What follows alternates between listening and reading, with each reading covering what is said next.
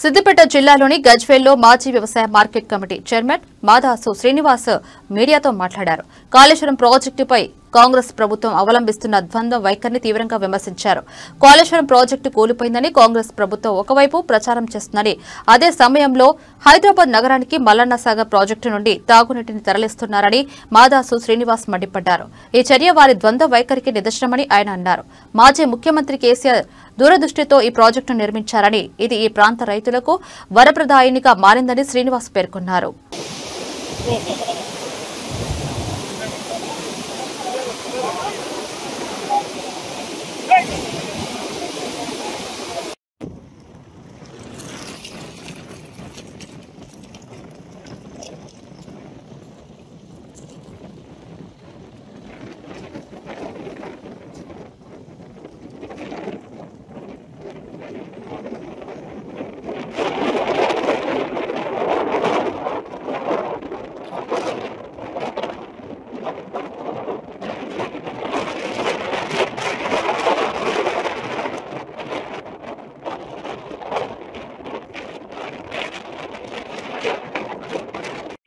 కల్పతరువుగా ఉన్నటువంటి కాళేశ్వరం ప్రాజెక్టు మీద అనేక కుట్రలు పన్ని విష ప్రచారాన్ని నిర్వహించినటువంటి కాంగ్రెస్ పార్టీ ప్రభుత్వం ఇవాళ అదే కాళేశ్వరంలో అంతర్భాగమైనటువంటి మల్లన్న సాగర్ ప్రాజెక్టు నుంచి హైదరాబాద్ తాగునీటి అవసరాల కోసం వాళ్ళ నీళ్లను తరలించేటువంటి ప్రాజెక్టుకు శంకుస్థాపన చేయడం అనేది వారి యొక్క ద్వంద్వ వైఖరికి నిదర్శనం.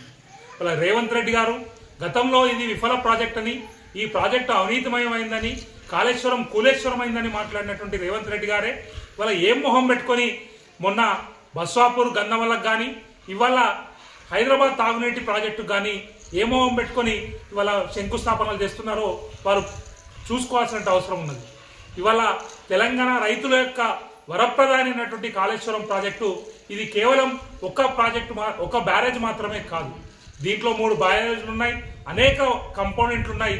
దాంట్లో 3 బ్యారేజ్లు, 15 రిజర్వాయర్లు, 19 సబ్ స్టేషన్లు, వందలాది కిలోమీటర్ల టన్నెలు, అదేవిధంగా వేలాది కిలోమీటర్ల కాలువలు, అదేవిధంగా బాహుబలి పంపులతో కూడినటువంటి పంప్ హౌజులు, వీటన్నిటి సమాహారమైనటువంటి కాళేశ్వరం ప్రాజెక్టులో కేవలం మేడిగడ్డలో 84 పిల్లర్లు ఉంటే కేవలం 3 పిల్లర్లు కుంగితే దాన్ని విఫల ప్రాజెక్టుగా చిత్రీకరించినటువంటి కాంగ్రెస్ పార్టీ ప్రభుత్వం ఇవాళ విష ప్రచారం చేసి ఎన్నికల్లో లబ్ధి పొందినటువంటి కాంగ్రెస్ పార్టీ ప్రభుత్వం ఇవాళ అదే కాళేశ్వరం ప్రాజెక్టులో అంతర్భాగమైనటువంటి మల్లన్న సాగర్ ప్రాజెక్టు నుంచి ఇవాళ హైదరాబాద్కు తాగునీళ్లు అందించేటువంటి ప్రయత్నం చేస్తా ఉన్నది. అయితే ఈ తాగునీళ్లు అందించేటువంటి ప్రయత్నం కూడా గతంలోనే కేసీఆర్ గారు ప్రభుత్వంలో తీసుకున్నటువంటి నిర్ణయం. ఇది కొత్త నిర్ణయం కాదు. కేసీఆర్ గారు దూరదృష్టితో తెలంగాణ మొత్తం యొక్క నీటి అవసరాలను తీర్చేటువంటి ఒక బృహత్తరమైనటువంటి ప్రాజెక్టుగా కాళేశ్వరం ప్రాజెక్టును అద్భుతంగా రూపొందించడం జరిగింది. దీంట్లో రైతుల సాగునీటి అవసరాలు ఉన్నాయి, తెలంగాణ ప్రజల తాగునీటి అవసరాలు ఉన్నాయి, పారిశ్రామిక అవసరాలు ఉన్నాయి. వీటన్నిటినీ తీర్చడానికి ఒక కల్పతరువుగా కాళేశ్వరం ప్రాజెక్టును వాళ్ళు నిర్మించడం జరిగింది. ఈ ప్రాజెక్టు మీద ఇన్ని కుట్రలు చేసినటువంటి కాంగ్రెస్ పార్టీ ప్రభుత్వానికి ఇవాళ హైదరాబాద్కు తాగునీళ్ళు ఇచ్చేందుకు ఇవాళ కేవలం మళ్ళీ అదే కాళేశ్వరం దిక్కైందనేటువంటి మాట వాస్తవమైంది. ఇవాళ వీరు చేస్తున్నటువంటి విష ప్రచారం అంతా కూడా అభూత కల్పన అనేది ఒక్కొక్కటిగా తెల్లన్ని కూడా తొలగిపోతున్నటువంటి పరిస్థితి ప్రజల్లో ఏర్పడుతున్నది. ఇవాళ కాళేశ్వరం ప్రాజెక్టు మీద ఎన్ని విష ప్రచారాలు చేసినా, ఎన్ని కుట్రలు పన్నినా, ఎంత విష ప్రచారం చేసినా ఇవన్నీ కూడా ఫేక్ ప్రచారం అనేది తేలిపోతా ఉన్నది. ఎందుకంటే మీరు మొన్న గన్నవల్లో మీరు శంకుస్థాపన చేసిన, ఇవాళ హైదరాబాద్ లో శంకుస్థాపన చేసిన, ఇది కాళేశ్వరంలో అంతర్భాగం అనేటువంటి విషయం వాళ్ళ ప్రజలకు అర్థమైంది.